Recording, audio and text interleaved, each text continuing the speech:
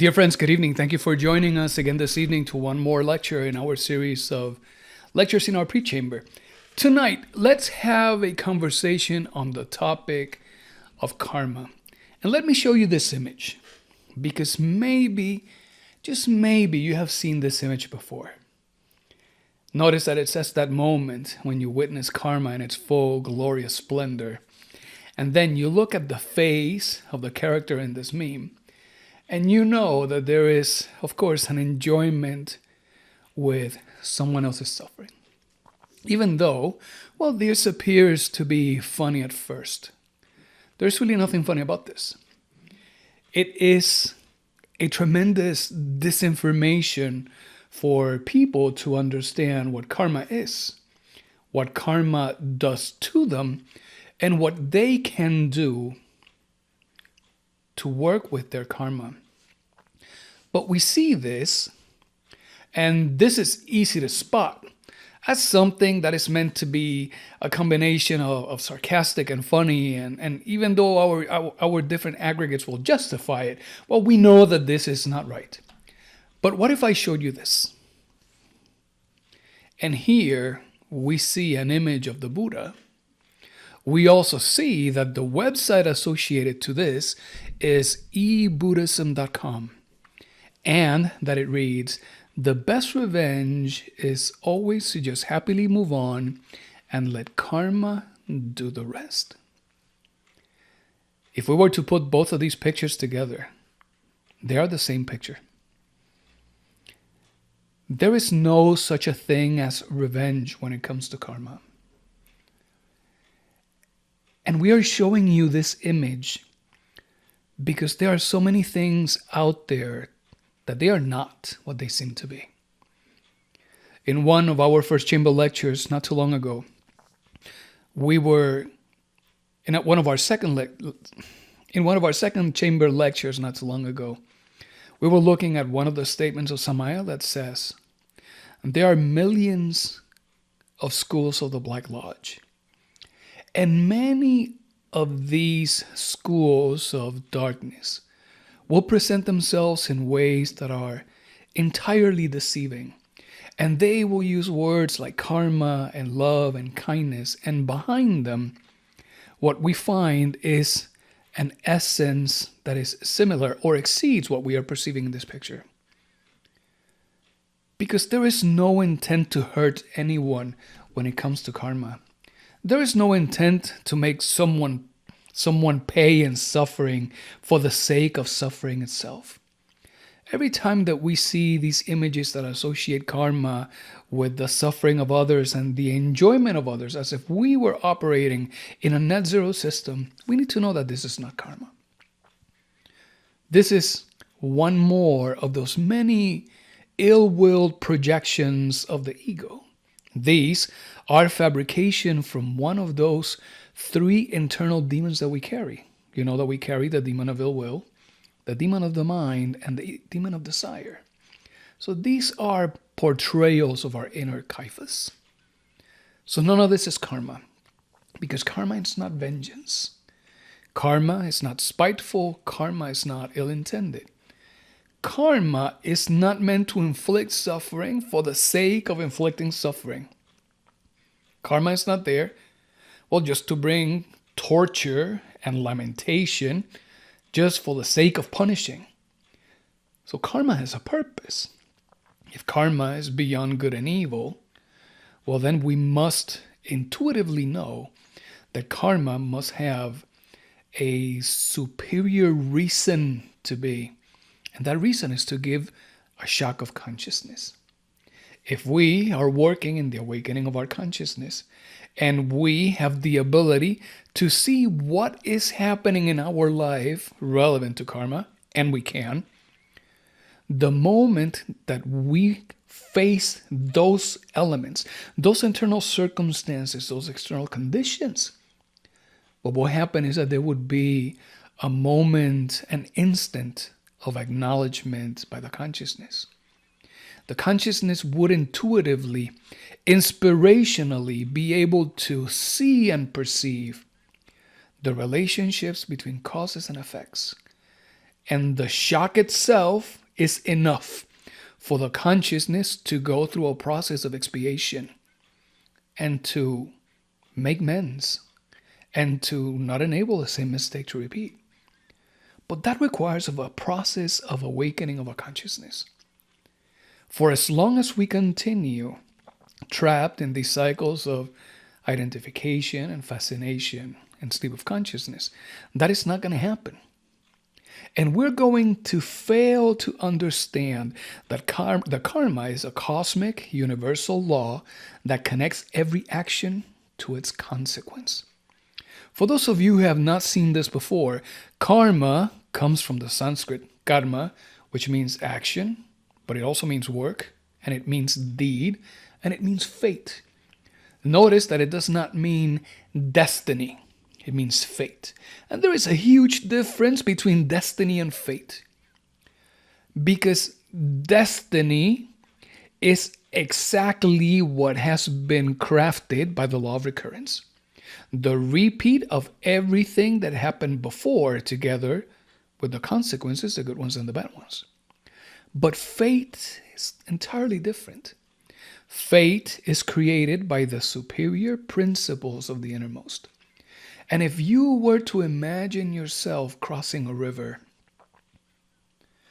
as you approach the riverbed, if you were to see that suddenly there is a big rock that emerges from the waters, and you can jump on that rock and stand on it safely, those superior principles of the innermost are milestones in the likes of that rock, in the stream of events that is our life. And if we are watchful and we observe when the innermost is exercising those superior principles, well, we will see that we will have stepping stones that are eventually going to take us to the other side. That is fate. Fate originally means oracle.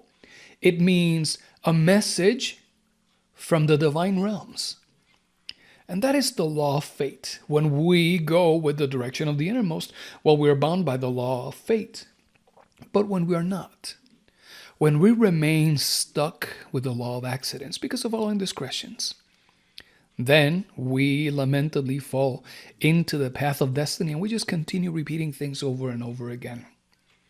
So know from where this word comes from. Know what exactly it means. It means action, work, deed, and knowing that it means fate, we know for a fact that the innermost is associated to karma. And why is that? Well, for those of you who are students of the advanced levels, of the intermediate levels, by now we have learned that when karma is applied to the spiritual soul of the innermost.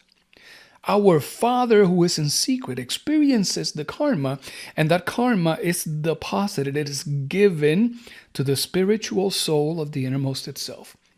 And being part of that spiritual illuminated soul, as the innermost experiences the karma of all the stuff that we have been doing here, excuse me, well, the illuminated soul enables all of the causes to manifest within the path of life. Okay, so this is what is karma. And if we speak of karma, then we have to understand that karma is the law of the balance, of the scales. Because karma governs all of creation. Karma is responsible for the reconciliation of actions with their respective consequences. Every cause generates an effect. And every effect in turn becomes a new cause that in turn generates another effect. And this creates a pattern, a domino effect that we have the opportunity to bring under control. To not just continue creating chaos with many incorrect decisions and reactions and other inferior aspects that we have exercised in our life, but rather focus our efforts into effects that are constructive. If we were to use Samael's words, in efforts that are dignifying and of growth to the consciousness. But maybe still at this moment, there are aspects of us in our mind that are saying, well, karma is still like a punishment. Then let's go ahead and change that. And rather than seeing karma as a punishment, let's see karma as a law of compensation, where everything is rewarded in accordance to how much it truly contributes. Everything receives a payment in the likes of the quality of results that it generates. And some people may argue, because the mind is very agile for these things, and say, well, but there are many things that seem to be bad, but later on we find out that they were good. And logically, we can fall into this trap and then start justifying many incorrect actions. But let's not make that mistake. Our responsibility is to make the most of all of the circumstances. Our responsibility is to show that we have a strong emotional foundation to deal with the challenges around us, that we have developed the ability to be there and perceive, that we can reconcile events, sentiments, thoughts, real time, by empowering the consciousness. That is our job. And as a consequence, everything that we do to make sure that this law of compensation compensates in the most significant way possible, every action, every thought, every word, every sentiment must be beautiful, must be led by compassion and kindness. So we already spoke a little bit about destiny. We cannot confuse then fate with destiny. And this is why Samael says, some confuse this cosmic law with determinism and fatalism. If we continue living life, not trying to exercise a radical change, well, evidently, all of the previous consequences that we earned in the past life, as they come to fruition in this life, peppering, condimenting the repeat of the same events that happened before, with them happening again, well, that leads us to a dead end. That leads us into a fatal condition. We need to break away from this law and not focus on destiny. Disconnect from the law of accidents and rather focus on the guidance of the innermost so that we can embrace the higher law, that is the law of fate. Very well. So we know that karma is a law that brings balance. We know that karma is a law of compensation. We know that karma is not a punishment, because if it is a law of compensation, when we are doing things that truly contribute into the harmony of the home, into the harmony with our neighbors and friends, truly contributes into the expansion of the consciousness, the elimination of the ego, the birth of virtues, contributes to all that, then the law of karma will compensate us, and that reward is what is known as dharma. If, on the contrary, we become obstacles into the lives of others, if we bring chaos and disharmony into the home, if we are constantly seeking to just create conflicts, well, evidently the compensation is going to be a little bit more sour. So let's start looking at karma like a medicine that we must receive for our own good. If karma is not there to punish, if karma is there to give the consciousness a shock, then let karma be the antidote that will help us break away from past inferior actions, from inferior thoughts, inferior sentiments that have resulted in the many conditions that we experience today. But there is a key here to know behind karma. And it is that karma becomes more severe the more we complain about it. The more we rebel against it, the harder it gets. And we may go through some cycles where we just fight and we complain about karma and we resent it and we are angry and we just raise our hands to the heaven and we say, I am just done. I am done. But that does not mean that we have successfully passed that. That does not mean that we have taken the medicine to the best effect. And by now, those of you who are 20, 40, 60 years old, you know that all of these events, they continue coming back into our lives. If we do not develop the mastery that is necessary, well, eventually we will go through a creative magnetic pause so that we have an opportunity to exercise some reflection, so that we can learn what just happened. How did I handle that? What was eliminated? And after that, well, those events are later on going to repeat themselves. So we cannot be complaining and rebelling against it, because karma will turn more sour whenever we do that. If we are protesting, if we blaspheme, if we continue justifying our mistakes, if we continue just washing our hands as if this is not my responsibility, this is not my fault, then conditions are not going to get better. And certainly the karma that we will be paying will not be getting better either. And that is because as part of this path of life, well, we know that we have heard this phrase many times before. Everyone is carrying their own baggage. That baggage is really the harvest, the fruit of our own destiny.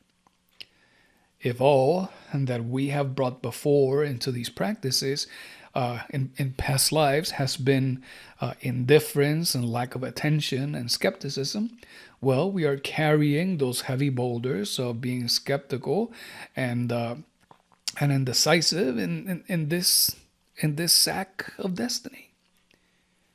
If in past lives we have been hateful and arrogant and full of vanity, well, certainly we're going to be continued to carry all of those consequences there. And as we go from one body into the next, as the law of return brings us back into a new womb, well, yes, we see that some people are born in absolute misery. Others are born in tremendous wealth. And we tend to ask ourselves, how can this be? How can that person be living under such fantastic conditions and look at the miserable piece of blah blah that they are? Because we judge others. Judge others because we truly do not know ourselves. And it is possible that those people who live today in tremendous opulence, that in past lives they have exercised tremendous sacrifice for humanity. It is very likely that in past lives they have worked intently upon their internal revolution of the consciousness. But if we are not watchful in this work, we can fall. And because the law does not keep anything from anyone, the law would give us what we deserve at the moment that we deserve it.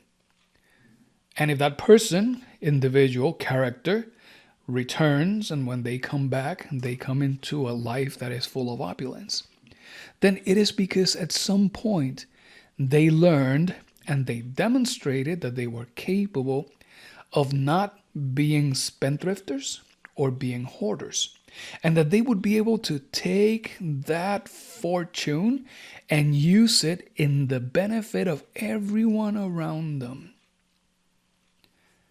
When we fall then into the traps of greed and ambition, well, maybe those egos become too aggressive. And maybe we tend to forget about doing those things. And of course, there is karma for that. Because there is karma for the wrong that you do, as much as there is karma for the good that you don't do when you should do it.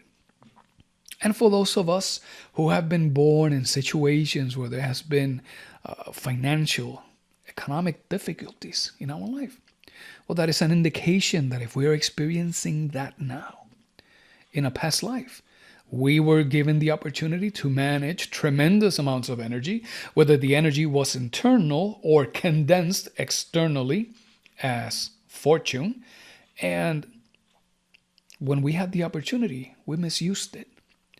Either we overspent it and created an imbalance in the economy of nature, or we became hoarders and we tried to keep it and protect it, also creating an imbalance and affecting the harmony of flows in nature itself.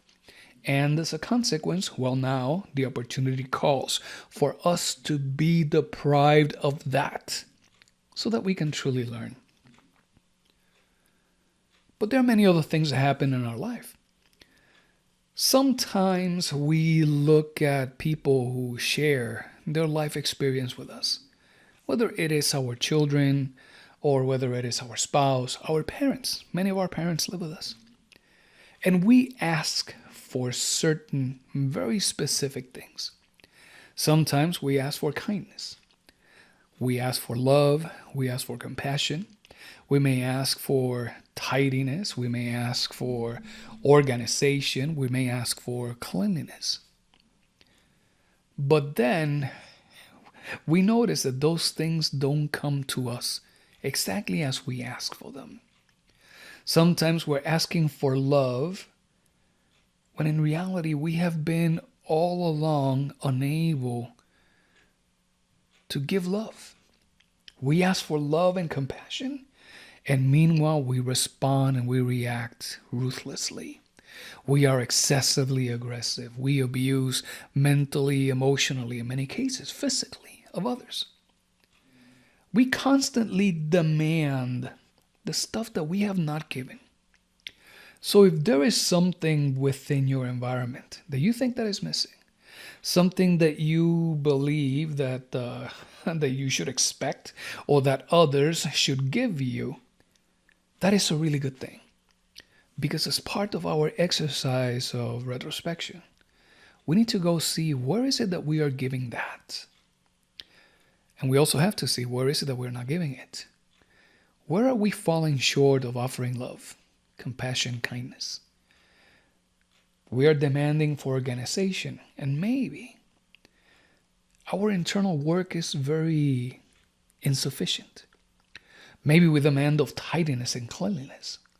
And when we look at ourselves on the inside, the effort that we have invested to cleanse ourselves up of the many aggregates, maybe the effort is not there. So we have to start seeing how is it that our aggregates of hypocrisy, how they veil themselves. How is it that they navigate through the psyche and help create influences that are helping us in a way to see our current condition? When we speak of karma, knowing that it is a law of balance, it is the law of the scales. What we see is that every time that karma is applied, there is a perfect balance between mercy and justice. It so happens that justice and mercy are the two pillars of the Temple of Solomon. Because justice has to exist as much as mercy has to exist. These two forces complement each other. And when one of them is lacking, if there were no mercy and the system were based strictly in justice, then we would be under the influence of a tyrant, of a despot. And we know that that is not the case.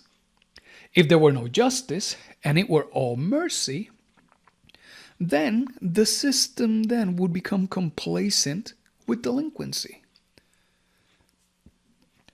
And we know that the law does not operate like that.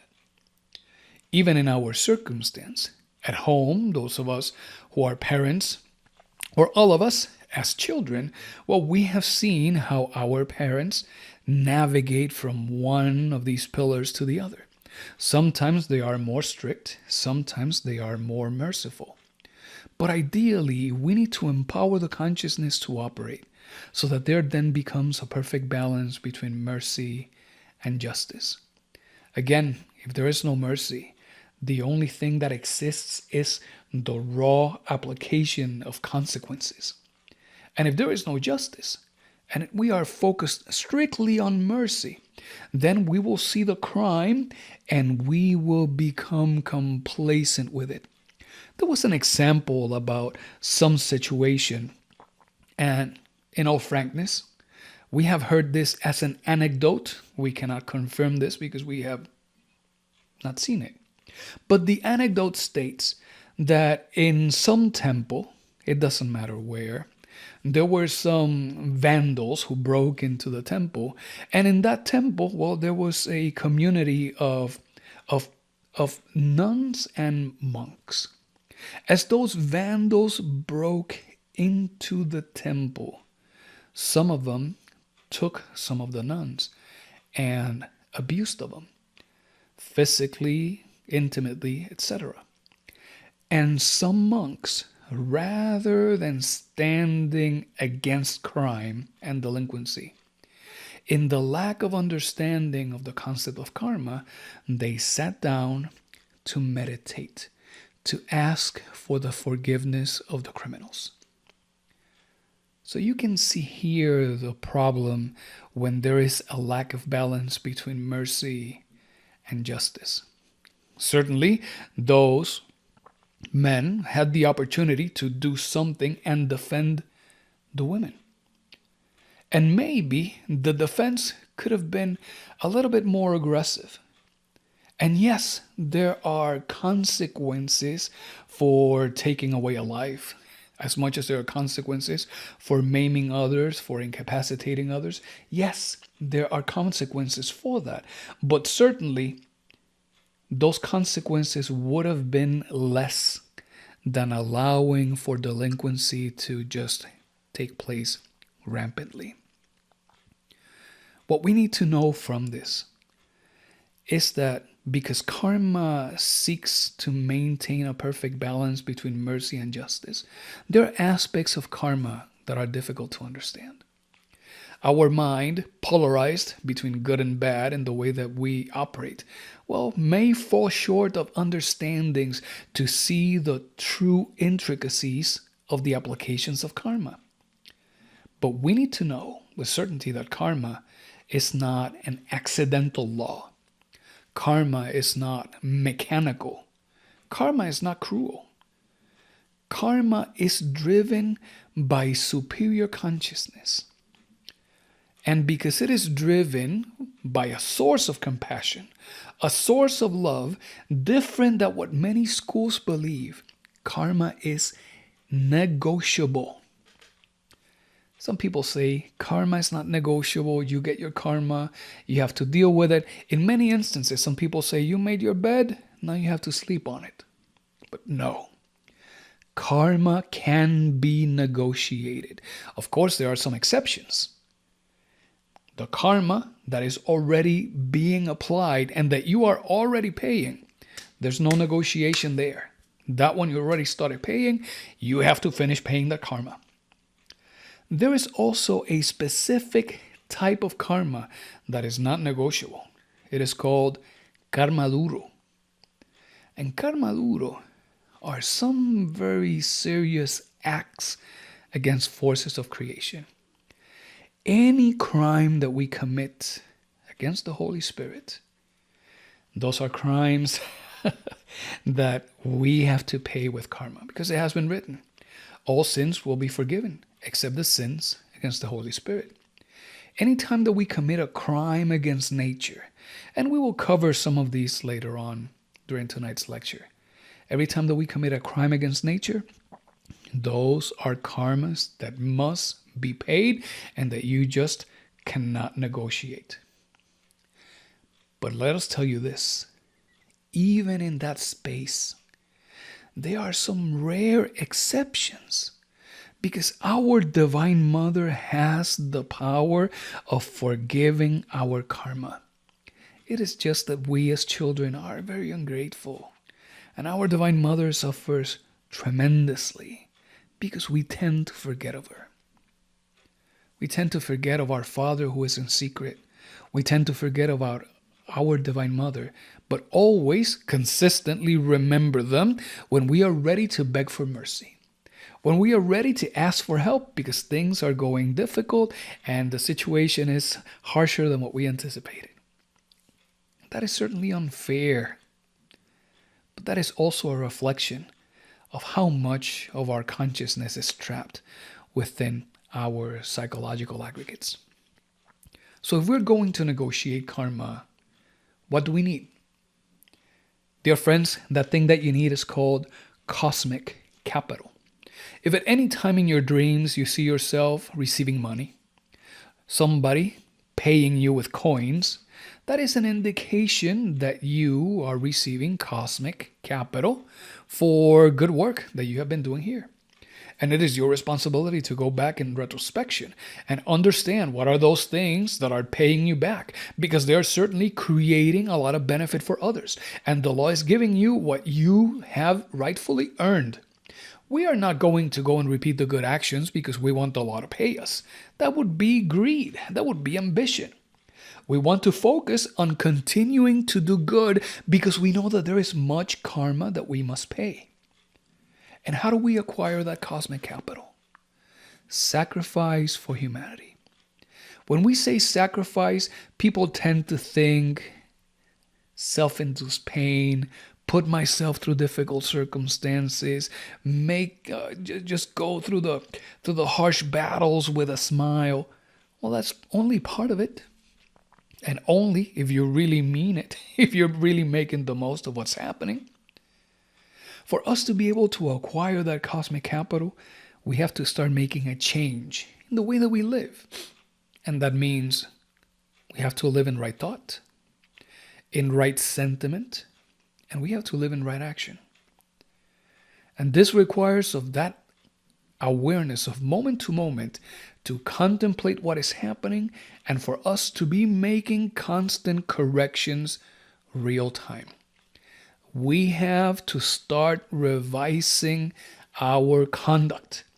And somehow shares with us some examples that are crystal clear to understand what this means. He says, are you jobless? Do you find yourself without a job? Do some charity work. Be chaste. Safeguard your creative energy. He is not saying, be chaste as in the fake chastity of abstinence. He is saying, learn to be chemically chaste. That means you cannot just harness your creative energy. There is no such thing as accumulating energy, but there is a thing as transmuting it and routing it through the channels that energy must flow. If we route it to the service of the consciousness, that is that correct chemical chastity.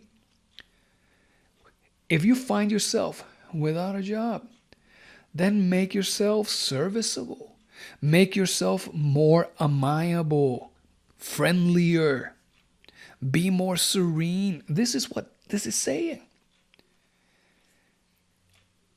After the event of losing your job, hopefully you will never find yourself there, look at the event, understand the reasons that got you there, and then alter the cause of your disgrace. If you were fired because you were a tyrant, evidently you have to be kinder, more serene, more serviceable. You have to learn to apply mercy.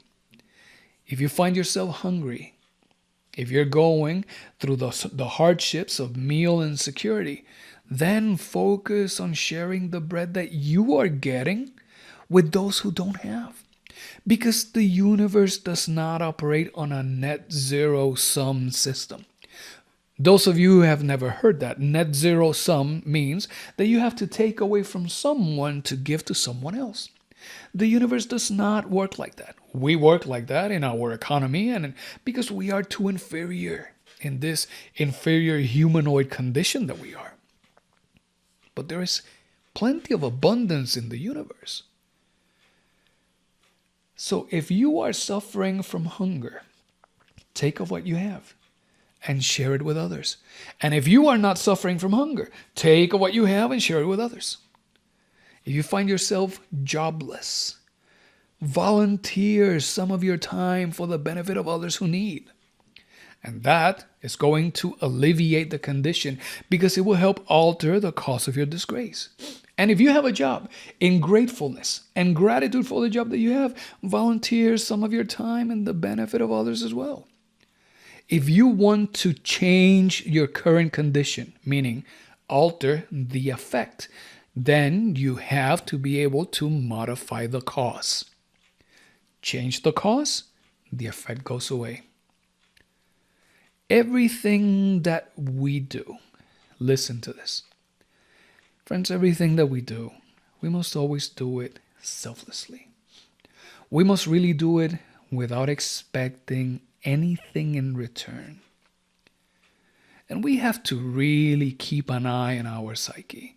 Because you may say, yes, I don't want anything in return. I am doing this for you, and this is selfless contribution. I just want you to be happy. But if the person takes it and they look at you in the eye, they turn around and they walk away, then you're going to be like, wow, they did not even say thanks. And then you have to ask yourself, wait a minute, didn't you just say selflessly? You were not expecting anything in return? And if that's the case, why are you expecting somebody to say thank you? So this is what this means. Selfless. Disinterestedly. You want to bring that happiness, that joy, offer, give of yourself to others, not expect anything in return. They take it, they walk away, they don't say anything. That is great. This is the way that we need to approach this. If we don't do this, if we fool ourselves, yes, I want to do this selflessly. And then we cringe when people don't even smile back. We are just too focused on our own vanities. We are too stuck in this false image that we have created about our own selves. And you're going to find yourself later sour. You're going to say, it was a great activity, but I just can't believe. We have seen this so many times. I just cannot believe that person came and took. They did not even say thank you. The other person came around and we gave them something blue and they said, what? Do you have it green? Why can't I have it green? And then you're thinking, they're so ungrateful. You see, there is no selflessness behind that. And even that process of analysis to find judgment and complain, this is suffering. And people who suffer only remember their own sufferings. We need to focus on selflessness. But selflessness is not. There is no self here. That is not selflessness. Selflessness is not an affirmation saying there is no self here. Because we can say whatever we want. But the laundry list of psychological aggregates still exists within the psyche. That long tally of envies and gluttonies and judgments and jealousies and resentments and vengeance and lusts and lazinesses, etc., all of that stuff still exists. What is it that we can do? If we continue being selfish, we're going to continue worsening our condition. For us to transition into a state of selflessness, we must maintain the remembrance of self. And if you are focused on that image of your Divine Mother, if you are focused on an image that represents your Divine Father, and everything you do it as an offering of kindness, of gratitude to your Father who is in secret for having you here, then at that moment, you are becoming a delicate instrument of the innermost, to alleviate the suffering of others. And then there is no suffering. And then when people don't say thank you, you still feel the same level of joy for the work that you're doing. Thinking of and serving others will help deposit good deeds on your plate of the scale. And as a consequence, that scale is eventually going to tilt in your favor. And when the scale tilts in your favor, that is really, really good news. That perspective of becoming an instrument of our Divine Mother, being a delicate instrument of our own innermost, that is part of that way out of suffering. But we also have to observe all of our mistakes.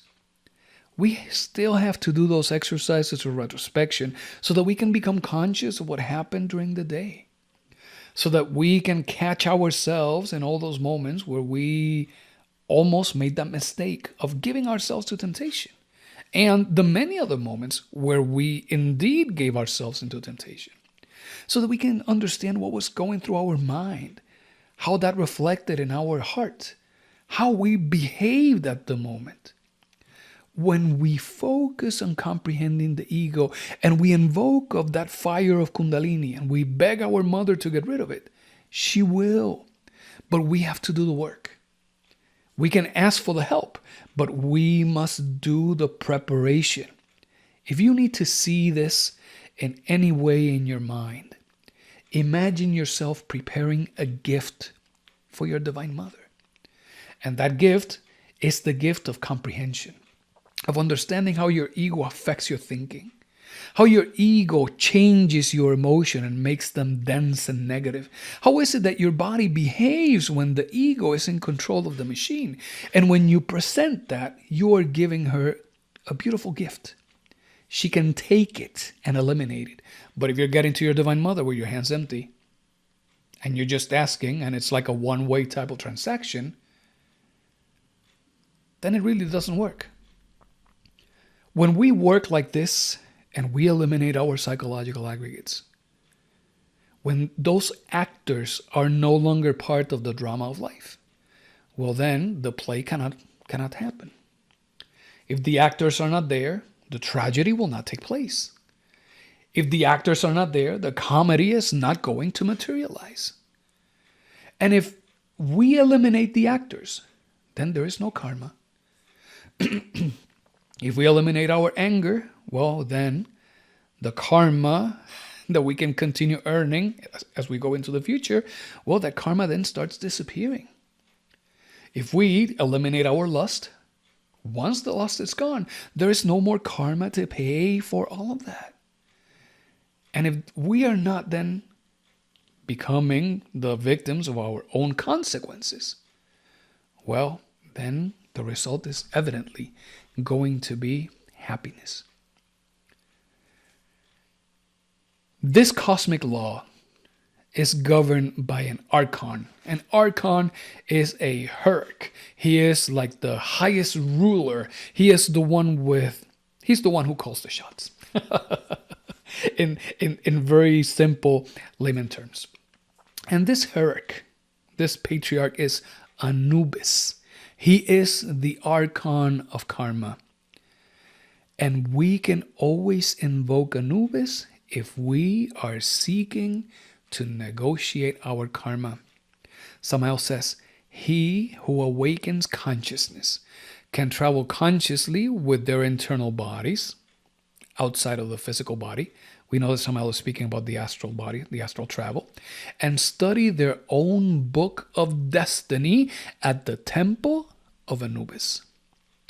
If you want to understand what is your karma, and you have been effectively working your practice to unfold in your astral body, then leave your physical body behind, ask your Divine Mother to take you to the temple of Anubis, and once there, ask for permission to go in and ask to read your book of life. And you will be able to see what is it that has been laid forth as part of this recurrence, what awaits in that destiny. When you see that, you will have the ability to change that. If you go back, and for those of you students in the first and the second chamber, as you're working with the magic of nature and you're working with the magic of the peppermint, you can ask the elemental of the peppermint to help you see your past lives, just like you can work with the elemental of the aloe. And as you see the key events in your past lives, you're going to have a better understanding on why is it that the things happening now are happening. Find the cause and change it, and you will modify the circumstances. Okay, so we have said we can negotiate karma. How do we do this? Disclaimer here before you choose to start. Because we in general seem to have very poor memories when we owe others. Because how many times have we not said, oh God, please God, please, please, please don't let this thing happen. If you don't let this thing happen, I'm going to change, and I'm going to read this book, and I'm going to do this other stuff, and I'm going to try harder. How many times have we not said that? And even more, how many more times have we not forgotten how many times that we have said that? How much do we actually owe in promises that have ended up becoming empty promises? If you go into negotiate karma, you have to know that you have to pay back. And let us tell you this. If you negotiate karma, you will pay it back voluntarily, or the law will demand payment. So there's no way around it. You will always pay it. And it is 1,000 times better for you to pay in those terms that you negotiate, rather than to have the law come back and demand that payment. How do you do this? Friends, during your exercise of meditation, concentrate in Anubis. Anubis, he wears this garment of the officiant. As he officiates in the temple of karma, he wears this particular mask. And the mask is the mask of a jackal. Invoke of Anubis, concentrate on him, and negotiate. There may be some stuff that you know that's coming. There may be some stuff that you have done that you know that eventually, the truth always comes to the light. So there must be some stuff out there that you may know that it's going to come up at some point. Well, if you're choosing to negotiate, offer what is it that you are going to do. And that could be volunteering hours. It could be helping feed the hungry. It could be actually being diligent and meditating every day.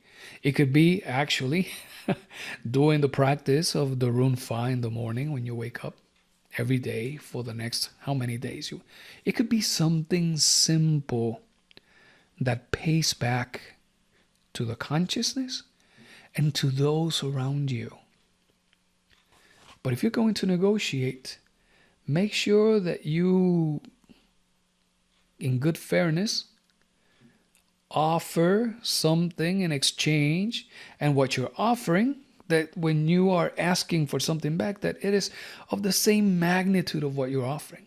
It's not like, I'm gonna meditate twice this week, but please take away all of these many things, because certainly that's not a way to negotiate. Learn to negotiate, concentrate in Anubis, and ask. Offer. And as you do that, remember that you will get cosmic capital, good credits, with selfless and disinterested service towards those who suffer. All the payments that you offer need to be done in good deeds. Intentions don't count. Every payment has to be based on actions that contribute. If you forget and you don't pay, the law will demand that you pay back. And the law will remind you that you negotiated, that you have not paid, and the payment will be with supreme pain. These two laws, as we continue with the subject, These two laws of return and recurrence are the laws that continue the motions of the wheel of samsara. We know that the law of return brings us back into a new womb. We once again come back into this tapestry of existence. And the law of recurrence makes sure that everything that happened before happens again now, with the good and the bad consequences. Every experience that we go through is a repeat of the stuff that has happened before. And some people may say, but wait, if that's the case, then I am stuck. Because if I don't have the opportunity to create, we have said many times, we are void of the law of epigenesis. The innermost is the one who can exercise the law of epigenesis, and that is the law that allows for the creation of new circumstances, new causes. Okay, that is what we have said. So if the law of recurrence is the one that draws that path of destiny, you may think, well, wait, but I'm bound, I'm caught. And the answer is no, you are not.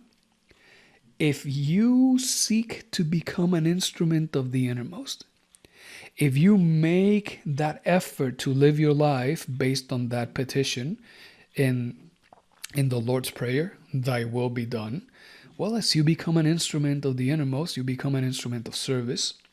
Your sacrifice, meaning your sacred office, your sacred work, then becomes comprehending your defects, eliminating them, making the right use of your creative waters, embracing the super dynamic of love.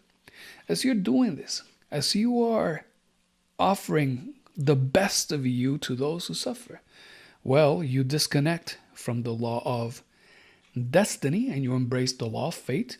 The innermost then brings about new circumstances for you so that you can start rising into superior levels of being and then change.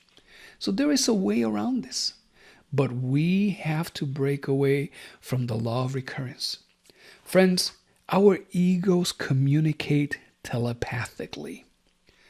If in this life, when you were 35 years old, if in a past life, when you were 35 years old, you ended up being adulterous, unfaithful to your wife, and you ended up coming together with someone else, well, then in this life, when you are 35 years old, by the time that you turn that age, those defects will seek to satisfy the same commitments that they exercised in the past life. So those aggregates of lust are going to be communicating telepathically, those of yours with those of the other person. Those communications will be taking place not for a couple of days, but maybe for years, so that the right circumstances go taking place and eventually the two of you converge at the right moment and at the right time. Before you realize, you're once again staring at that same other person from a past life in the eyes, and if you are not aware of it, you're going to be repeating the same mistakes. And this happens because the intellect ignores the existence of these egos. All of these things happen below the radar of detection because the ego is our mind. Our mind is in our ego. Our desires are in the ego. Our fears are in the ego. Our willpower is stuck in the ego itself. So the ego is just not going to see this. All of the commitments that the ego has set will become satisfied, and they all happen below our ability to detect or exercise logic or exercise reason. This is why we need to observe how we think, how we feel, how we are reacting. This is why we need to approach all of these circumstances in our lives with alert novelty and alert perception. Learning to empower the consciousness so that we can perceive what is actually happening. Because if we continue relying on the mind, and we know that our mind is in the ego, If we continue relying by our sentiments and all of these things that we have trusted for so long that have gotten us into so much problem, we're going to keep thinking that we are wise, that we have everything under control. But Samael says, we don't even know that we don't know. He says, we are miserable logs dragged around by the currents of existence. So we have to break away with this law of recurrence. The only way to do that is to embrace the opportunity to become an instrument of the innermost. Because friends, when we start then living by those three factors of the revolution of the consciousness, getting rid of the ego, slowly experiencing the birth of the faculties of the innermost, and the sacred work, the sacrifice, the sacred office for others, we will then revolutionize the consciousness. All right, so we have learned today we can negotiate karma. Anubis is the Archon of Karma that we can concentrate on and invoke as part of our meditation. And we know that we pay karma with good deeds. So if there's karma, and let's imagine that we walk into this cosmic superstore and there are different types of karmas that can be paid, what types of karma are there? Well, know that there are 4 types, but let's also say that there are just 2 types. This will make sense in a second. There is individual karma. And that individual karma is looked individually from the perspective of the consciousness. True that the consciousness is fragmented into many different bottles of the ego, but that is still the same essence. It is not like you have a chunk of consciousness that belongs to someone else within you. That is not it. That is not the case. The consciousness is fragmented, but it is trapped, compartmentalized into different aggregates. Nevertheless, that consciousness. So that consciousness, whether it is fragmented in anger or lust, or greed or jealousy, or anger or laziness or vanity or whatever it is, those mistakes generate consequences, and all of those mistakes become part of the individual karma. And today you may find yourself paying karma from the past life, or from 2 lives ago, or from last and 2 lives and 3 lives ago combined. All of that may happen because the archons of the law enable the phenomena to take place when the right causes and the right conditions are present. That is individual karma. That is the one that you have earned. But we also know that we are part of a bigger whole. And today, some of you may live in the United States. Some of you may live in the Caribbean. Some of you may live in South America. Some of you may live in Canada. And you are part of a specific community. That community, that state, that nation, there are common threads of karma that all of those beings, all of those consciousnesses share. And if you're living today in a place that the moment that you walk in, you immediately see that the brightness of the colors fades away. You feel that the environment is heavy, that it is dangerous. Well, that is part of the karma that you share with all those who live around you. If you live in an opulent community where everything is beautiful and there are flowers and there are fancy vehicles, and at the same time there's chaos inside the homes and children who don't respect their parents, and there is lewdness and cruelty all within the beauty of that community, well, that is part of the karma that you have earned yourself as well. So we have the karma of the nations. And because the nations are together within this planetary organism that is our world, there is also the karma of the worlds. So you can see how is it that now our actions not only affect us individually. As we come back, moved by the law of by the wheel of samsara, the law of return will bring us back in the conditions in which we must exist. And our electropsychic design is going to help determine where is it that we will fit relevant to that environment. And it may be in a country that is very opulent, or it may be in a country that is very poor. It may be on a country that is dictatorial, or it may be on a country that is oppressed. And we may find ourselves living here on earth where there has been war every day for the last 2,500 years without skipping a single day, where there is famine, abuse of the planetary organism and its resources, where there is racism and systemic problems that seem to be bigger than what we can handle. All of that, of course, a poor illusion.